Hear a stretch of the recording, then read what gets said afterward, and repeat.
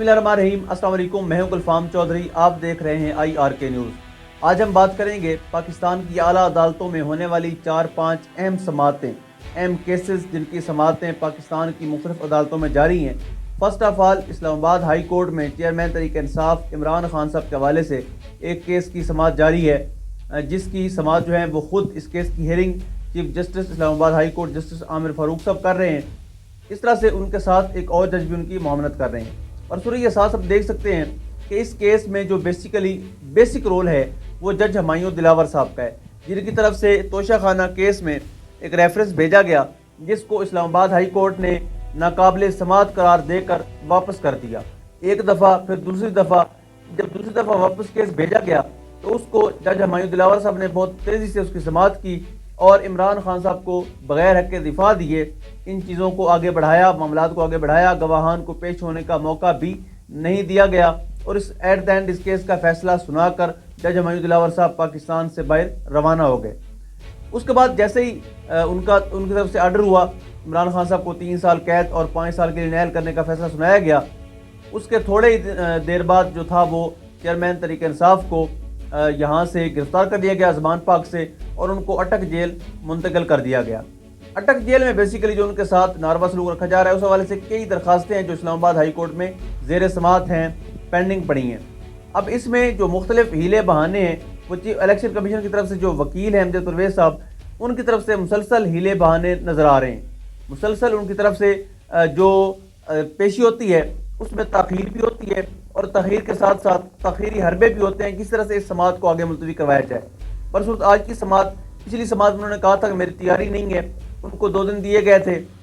اس کے بعد معاملہ سپریم کورٹ میں گیا اور سپریم کورٹ کے چیف جسٹس عمر عطا بندیال صاحب نے یہ کہا کہ اسلام آباد ہائی کورٹ اس کیس کو نہ صرف سنے بلکہ اس کیس کا فیصلہ دے میرٹ کی بنیاد پر، تاکہ اگر ان کی طرف سے کوئی ایسا فیصلہ آتا ہے جس میں اگر ہمیں لگا کہ آئین اور قانون کی پاسداری نہیں ہوئی، تو اس سچویشن میں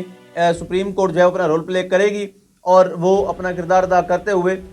جو ہے وہ اپنا ایک آئینی کردار ادا کرے گی اور اس کیس کو دیکھے گی۔ برصورت اس میں ہم نے دیکھا کہ جب واپس معاملہ اسلام آباد ہائی کورٹ کی طرف چلا گیا تو دوبارہ سے ہیئرنگ ہوئی، اور اس میں جو وکیل تھے الیکشن کمیشن کے امجد پرویز صاحب، انہوں نے کہا تھا کہ مجھے تیاری کے لیے وقت چاہیے۔ ان کو 2 دن کا ٹائم دیا گیا تھا، اور آج جو ہے وہ ان کی طرف سے وہ پیش نہیں ہوئے، ان کی طرف سے ایک اور وکیل پیش ہوئے ہیں۔ انہوں نے آ کر بتایا کہ جو امجد پرویز صاحب ہیں ان کی طبیعت ناساز ہے، وہ نہیں آ سکتے، جس پر چیف جسٹس عامر فاروق صاحب ان پہ برہم بھی ہوئے اور انہوں نے مزید سماعت جو ہے وہ سوموار تک ملتوی کر دی۔ اب عمران خان صاحب کے کیس کی سماعت ہو چکی ہے ملتوی۔ اس کے ساتھ ساتھ جو عمران خان کی مسز ہیں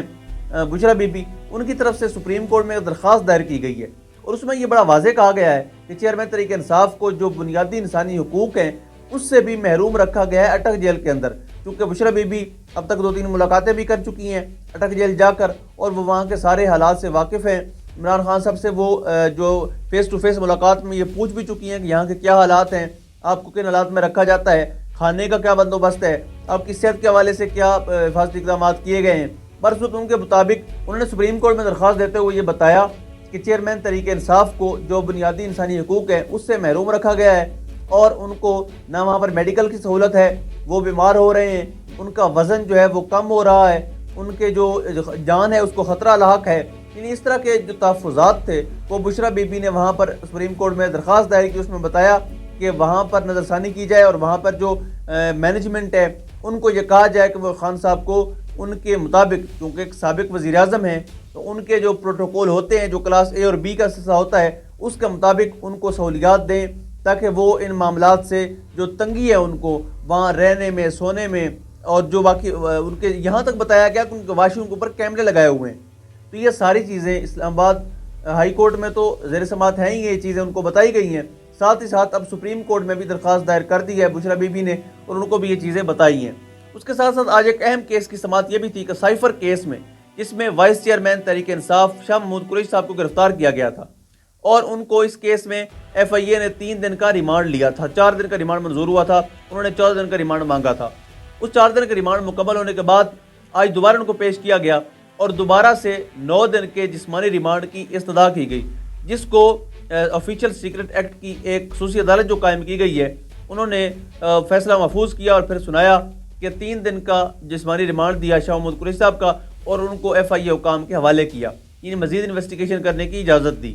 تو یہ سائفر کیس ہے، اس میں چیئرمین تحریک انصاف کے اوپر بھی ایف آئی آر ہو چکی ہے۔ کچھ خبریں تھیں کہ ان کی گرفتاری اس میں ڈالی گئی ہے، لیکن بعد میں کنفرم ہوا کہ جو ڈاکومنٹڈ چیزیں ہیں اس کے اندر اس وقت تک چیئرمین تحریک انصاف کی جو ڈاکومنٹڈ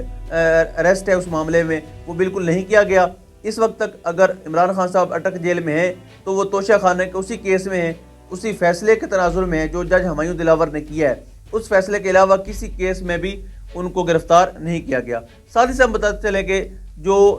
لاہور ہائی کورٹ میں کچھ اہم مقدمات کی سماعت تھی، بالخصوص جو پاکستان تحریک انصاف کی خواتین جن کو تقریباً آج 111-12 دن ہو گئے ہیں، ان کو بغیر کسی وجہ کے، بغیر کسی کیس کے ثابت ہوئے، بغیر کسی ایویڈنس کے جو بار بار شناخت پریڈ اور اس طرح کی چیزوں کے نام پہ ان کو جیل بھیج دیا جاتا ہے اور کبھی جوڈیشل ریمانڈ کر دیا جاتا ہے، کبھی دوبارہ سے تحقیقات کے نام پر ان کو جو ہے وہ کام کے حوالے کر دیا جاتا ہے۔ اس طرح کر کے آج ان کے کیس کی سماعت تھی اور پروسیکیوٹر مسلسل لاہور ہائی کورٹ میں ہم چونکہ دیکھتے ہیں اور سماعتیں اٹینڈ کرتے ہیں تو ہم دیکھ رہے تھے کہ پروسیکیوٹر مسلسل جو ہے وہ ہیلے بانوں سے کام لے رہا ہے، وہ مسلسل پیش ہی نہیں ہو رہا، اگر پیش ہوتا ہے تو مزید وقت مانگ لیتا ہے۔ آج بھی وہ پیش نہیں ہوا۔